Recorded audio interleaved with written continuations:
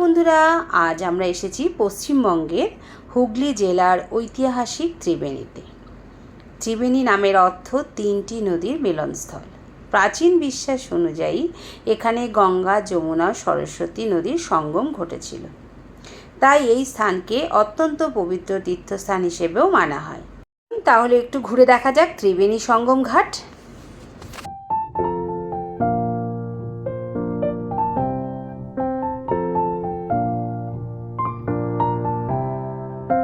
বন্ধুরা, আজ আমরা চলেছি হুগলি জেলার ঐতিহাসিক পবিত্র স্থান ত্রিবেণীতে। তো আমরা বারাসাত থেকে বেরিয়েছিলাম, মানে হৃদয়পুর থেকে বেরিয়েছিলাম ওই 3:30 নাগাদ। তো আমরা কলকাতা থেকে ত্রিবেণীর দূরত্ব হচ্ছে 50 থেকে 60 কিলোমিটার। তাই একদিনের ভ্রমণের জন্য এটি একটি আদর্শ জায়গা। যদি আপনারা গাড়িতে আসতে চান তাহলে কলকাতা বা উত্তর 24 পরগনার দিক থেকে যদি আসেন তাহলে মধ্যমগ্রাম, সোদপুর হয়ে কল্যাণী এক্সপ্রেসওয়ে হয়ে সহজে ত্রিবেণীতে পৌঁছে যেতে পারবেন। আর যারা সোজা কলকাতা থেকে আসবেন তারা কল্যাণী এক্সপ্রেসওয়ে ধরে সহজে ত্রিবেণীতে পৌঁছে যেতে পারবেন। রাস্তা বেশ ভালো এবং পথের সুন্দর প্রাকৃতিক দৃশ্যও দেখতে পাবেন। আর যদি ট্রেনে আসতে চান তাহলে শিয়ালদা থেকে কাটোয়া লাইনের লোকাল ট্রেন ধরে সরাসরি আপনার ত্রিবেণীতে নামতে পারবেন। স্টেশন থেকে ত্রিবেণী সঙ্গমের দূরত্ব খুব একটা বেশি না, ওই টোটো ভাড়া মনে হয় মাথা পিছু 20 টাকা করে নেয়। তো কথাটা যেহেতু রাস্তার আওয়াজ হচ্ছিল বলে আমাকে ভয়েসটা পরেই দিতে হলো। তা চলুন এবার রাস্তার সৌন্দর্য দেখতে দেখতে আমরা এগিয়ে চলি ত্রিবেণীর দিকে।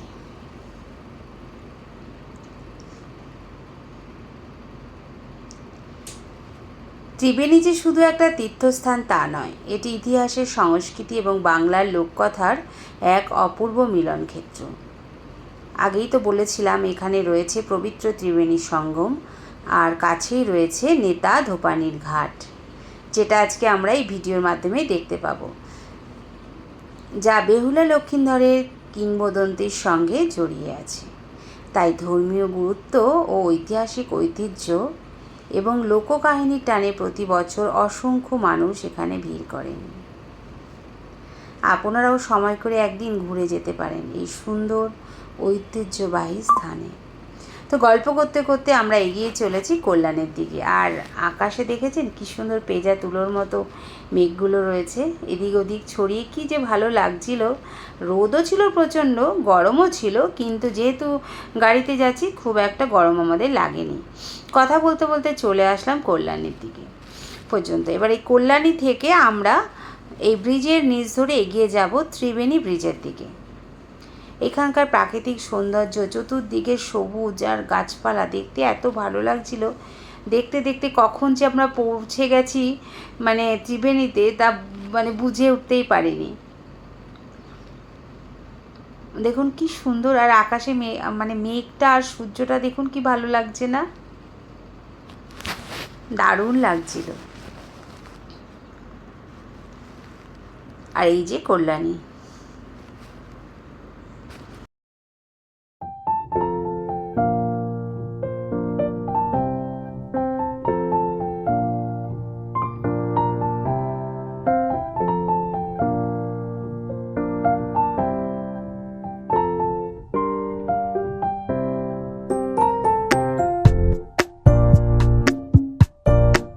কথা বলতে বলতে চলে এসেছি ত্রিবেণী ব্রিজের কাছে।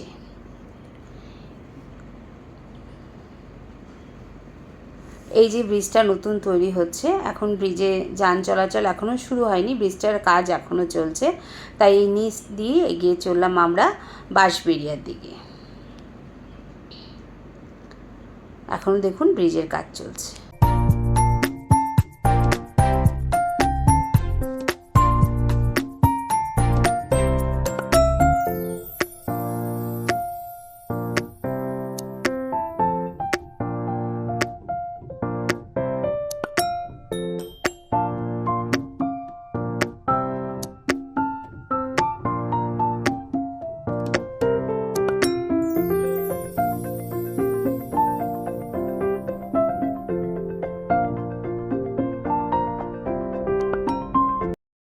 এই জায়গাটা চিনতে পাচ্ছেন? যারা এখান দিয়ে গেছেন তারা চিনবেন।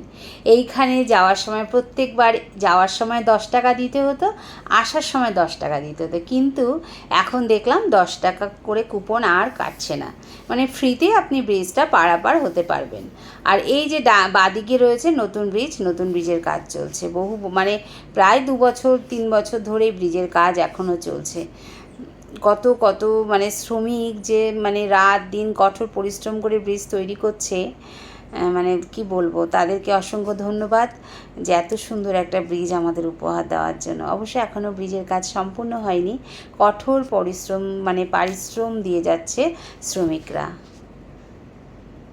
আর ওই দেখুন মানে নিচ দিয়ে মা গঙ্গা বয়ে চলেছে, আর আকাশে মেঘটা কি সুন্দর লাগছে না? দেখতে পাচ্ছেন কত মানে জীবনের রিস্ক নিয়ে শ্রমিকরা এই কাজটা করে চলেছে আমাদের সুবিধার্থে। ব্রিজ থেকে নিচে গঙ্গার অপূর্ব সৌন্দর্য ক্যামেরায় না তুলে আর পারলাম না, তাই মুঠোফোনে বন্দি করে নিলাম। আর ওই ব্রিজ থেকে নেমেই আমরা এগিয়ে চললাম, মানে ঠিক যে দিক থেকে এসেছি সেই দিকটাই যাচ্ছি নিচ দিয়ে। এইখানে আমি অনেকবার এসেছি, এখানকার ভিডিও আপনাদের মধ্যে শেয়ারও করেছি। কখন বলুন তো? কার্তিক পুজো যখন বাঁশবেড়ি আসি সেই সময়। এই যে ব্রিজের এই যে নীল পাঁচিলের ডান দিক দিয়ে চলে গেলে যায় বাঁশবেড়িয়া, আর বাঁ দিকে চলে গেল হচ্ছে ত্রিবেণীর দিকে। যাওয়ার সময় দেখলাম এখানে একটা পুরনো বিল্ডিং, মানে বহু পুরনো বিল্ডিং, এটা দেখে বোঝা গেল বহু বছর আগেই তৈরি। কিসের বিল্ডিং কি আমি তো কিছু জানি না, যেহেতু আমি নতুন গেছি তাই কিছু বলতে পারলাম না। আর যেতে যেতে চোখে পড়লে পুরনো একটা রাজবাড়ির মতো, এটাও মনে হয় কোনো জমিদার আমলের বাড়ি হবে। তারপরে দেখলাম এই একটা জায়গা যেখানে বড় মানে উঁচু উঁচু প্রাচীর, জানি না এটা কি, কিন্তু দেখলাম লেখা আছে ত্রিবেণী হসপিটাল বা কিছু একটা লেখা আমি দেখলাম। তবে যাই হোক, রাস্তা খুব ভালো, রাস্তার কোনো খানাখন্দ নেই, পরিষ্কার পরিচ্ছন্ন রাস্তা। আর চতুর্দিকে সবুজের মানে কি বলবো, চতুর্দিকে সবুজের ছড়াছড়ি, সবুজের সমাহার, সবুজের বুক চুড়ে আমরা এগিয়ে চলেছি আমাদের মানে গন্তব্যস্থলের দিকে। এই দেখুন, এই একটা পুরনো বাড়ি দেখলাম, এটা জানি না কোনো জমিদার বাড়ি কি রাজবাড়ি, আমার ঠিক জানা নাই। যারা এখানে থাকেন তারা একটু কমেন্ট করে জানাবেন তো এটা কি। আর ওই যে বড় বড় দেয়াল দেখা যাচ্ছিলো ওইটাই বাকি, একটু প্লিজ আমাকে একটু কমেন্ট করে জানাবেন যে জিনিস দুটো কী। আমার একটু জানার ইচ্ছে ছিল, কিন্তু আমি সুযোগ বা সময় পাইনি জানার জন্য। তো আমরা এখন চলেছি ত্রিবেণী বাজারের দিকে।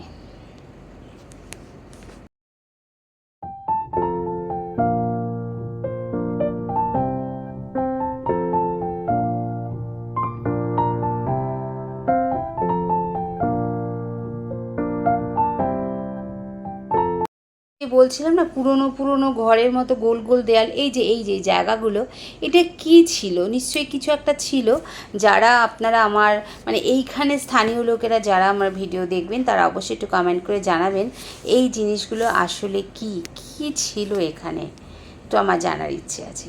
দেখতে দেখতে চলে আসলাম গঙ্গার পাশে রাস্তা দিয়ে। দেখুন প্রচুর এখানে জাহাজ দাঁড়িয়ে আছে, এখানে নাকি প্রচুর মানে কি বলবো রেস্টুরেন্ট হোটেল হয়েছে। জাহাজগুলো নাকি একজন কাকিমা বলেন এগুলোর মধ্যে নাকি হোটেল আছে, মানে জাহাজগুলো হোটেল হিসেবে ব্যবহৃত হচ্ছে। আর গঙ্গার পাড় মানে বুক চিরে আমরা মানে পাশে গঙ্গা, মাঝখান দিয়ে গেছে রাস্তাটা। প্রথমে আমি ভেবেছিলাম বুঝি জাহাজ তৈরির কারখানা, কিন্তু পরে আবার শুনলাম যে যেটা জাহাজ তৈরির কারখানা না। তো দেখতে দেখতে এগিয়ে চলে এসেছি আমরা ত্রিবেণী বাজারের কাছাকাছি। দেখুন এটা ত্রিবেণী বাজার, এখানে বেশ ছোট বড় প্রচুর দোকান আছে, খুব সুন্দর জমজমাটি একটা এলাকা। আমরা এখন এগিয়ে চলেছি ত্রিবেণী শ্মশানের দিকে।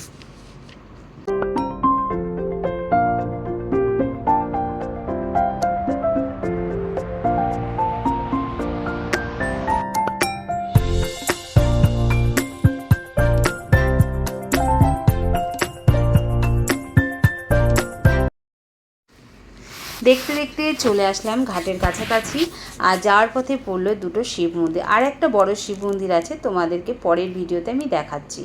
আর এটা হচ্ছে ত্রিবেণী শ্মশানের দিকে। এখন আমরা চলেছি ত্রিবেণী শ্মশানের দিকে, যেই শ্মশানটা মানে নেতা ধোপানি ঘাট নামে পরিচিত, যেখানে বেহুলার সঙ্গে নেতা ধোপানির সাক্ষাৎ হয়েছিল বলে জনশ্রুতি রয়েছে। তো এই বাদিকে চলে গেল শ্মশান। আমরা প্রথমে দেখতে চাইলাম যে এখানে কোথায় সঙ্গম স্থলটা আছে, আমরা একটু সঙ্গমের দিকে এগিয়ে যেতে লাগলাম। তো সবাই আমাদের দেখিয়ে দিল ত্রিবেণী সঙ্গমের কথা। তো চলুন ত্রিবেণী সঙ্গমের একটু ইতিহাস বা মাহাত্ম্য জেনে নিই। ত্রিবেণী নামের অর্থ হচ্ছে তিনটি নদীর মিলনস্থল। সেটা আমি আগেই বলেছিলাম। প্রাচীন বিশ্বাস অনুযায়ী এখানে গঙ্গা, যমুনা, সরস্বতীর মিলন হয়েছিল। পূর্বপুরুষদের উদ্দেশ্যে তর্পণ করতে এখানে বহু মানুষ আসে। আর দেখুন ত্রিবেণী সঙ্গমে এসে আমাদের দেখা হয়ে গেল কতগুলো আমার ছেলের বয়সী ছেলেদের সাথে। ওরা সবাই চলেছে তারকেশ্বরে। প্রত্যেক পূর্ণিমায় ওরা বাঁক নিয়ে তারকেশ্বরে জল ঢালতে যায় বাবার মাথায়। বিভিন্ন ঘাটে ওরা যায়, কখনো দক্ষিণেশ্বর, কখনো কালীঘাট, কখনো বাগবাজার। তো আজকে এরা চলে এসেছিল ত্রিবেণী ঘাটে। তা আমাদের সঙ্গে এদের দেখা হয়ে গেছিলো, তাই এদের সাথে একটু গল্প করলাম আর এদের একটু ভিডিও তুলে রাখলাম। এবং আর আমার স্মৃতির পাতায় জড়িয়ে গেল এই ছোট্ট ছোট্ট ছেলেগুলোর নাম। এবং এরা যে এত আনন্দ সহকারে বাবার মাথায় জল ঢালতে যায়, তাই আমি ঈশ্বরের কাছে মানে বাবা ভোলেনাথের কাছে প্রার্থনা করি এরা নিশ্চয়ই কোনো মনস্কামনা নিয়ে যায়। বাবা তুমি এদের মনস্কামনা পূরণ করো। আর এদের সঙ্গে কথা বলতে বলতে আমি এগিয়ে চলেছিলাম গঙ্গা, যমুনা, সরস্বতীর মিলনস্থলের দিকে। তো দেখুন, আর সামনেটা গিয়ে আমি ঠিক দেখাতে পারলাম না, কারণ প্রচুর জঙ্গল। আগে যেতে না ভয় লাগছিল, যেহেতু বর্ষাকাল আর পোকামাকড়ের তো উপদ্রব আছে, তাই আমি আর আগাইনি। এখান থেকে ভিডিওটা তুললাম। তবে এই জায়গাটা একটা বেশ নেট দিয়ে ঘিরে দিয়েছে, যাতে কোনো মানুষ ওইদিকে গিয়ে কোনো মানে বিপদে না পড়ে বা এরকম একটা কিছু হবে হয়তো। তো এই দেখুন, এই যে এইটা হচ্ছে সঙ্গমস্থল। এই যে এই পাশটা দিয়ে সরস্বতী নদী এসেছে, আর এটা তো গঙ্গা, আর যমুনা এসছে ওই পাশে কোনো এক দিক থেকে। সেই জায়গাটা আমি ঠিক স্পষ্ট করে নিজেও দেখতে পাইনি, আপনাদেরকেও দেখাতে পারলাম না, এর জন্য আমি দুঃখিত। আর কোনো স্থানীয় লোকও ছিল না যাতে থেকে আমি একটু জিজ্ঞাসা করব। এই যে এই জায়গাটা দিয়ে সঙ্গমটা, এইখানটা দিয়ে নদীটা দিয়ে এসছে। এখন জঙ্গল যাওয়া যাচ্ছে না, দাঁড়া যাচ্ছে। এই যে এখানটা দিয়ে যাচ্ছে, যাওয়া যাচ্ছে না। এখানটা দিয়ে সঙ্গমটা আছে, আর এইটা হচ্ছে গঙ্গা, এটা হচ্ছে সরস্বতী। তো ওইখানে কত জাহাজ।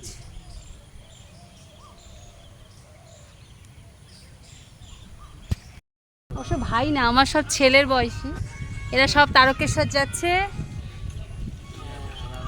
প্রত্যেক পূর্ণিমায় যায় এরা জল ঢালতে। দেখা হলো, এখানে মুড়ি খাচ্ছে, বিশ্রাম নিচ্ছে। তা আমরা ওইটা ওদের সঙ্গে ফটো তুলে নিলাম।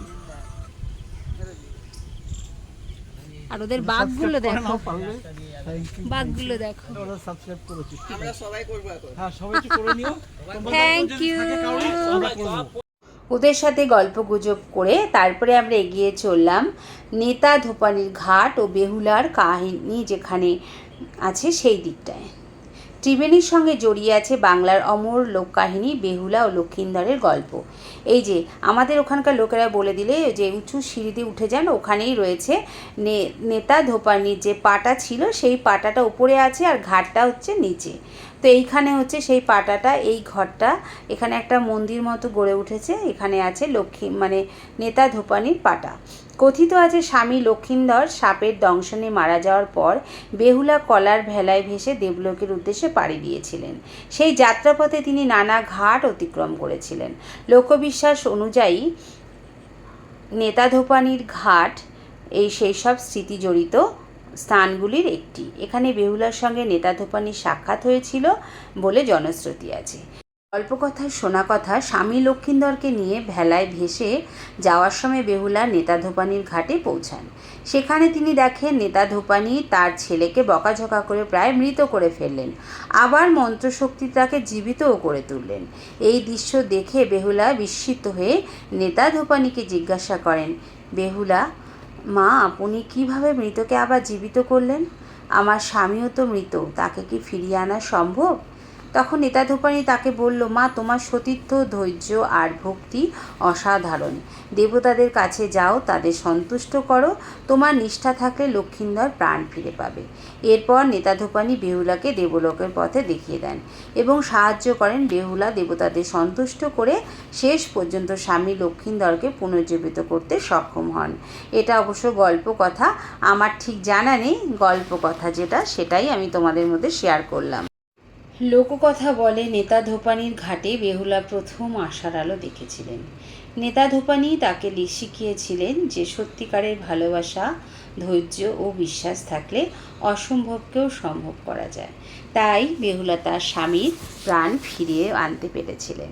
নেতা ধোপানির ঘাট থেকে আমরা এগিয়ে চললাম রঘু ডাকাতের কালী মন্দিরের দিকে। এই রঘু ডাকাতের কালী মন্দিরের ভিডিও পরের ভিডিওতে আসছে। আজ এই পর্যন্তই। সবাই ভালো থাকবেন আর সুস্থ থাকবেন। যদি আমার ভিডিওটি ভালো লেগে থাকে অবশ্যই লাইক, কমেন্ট, শেয়ার করবেন। আর যারা নতুন চ্যানেলটাকে সাবস্ক্রাইব করবেন। হ্যাঁ, চ্যানেলটা সাবস্ক্রাইব করার সময় অবশ্যই বেল আইকনটা প্রেস করবেন। আবারও বলি, সবাই ভালো থাকবেন, সুস্থ থাকবেন। দেখা হবে নেক্সট ভিডিওতে রঘু ডাকাতের কালী মন্দিরে। সবাই ভালো থাকবেন, সুস্থ থাকবেন।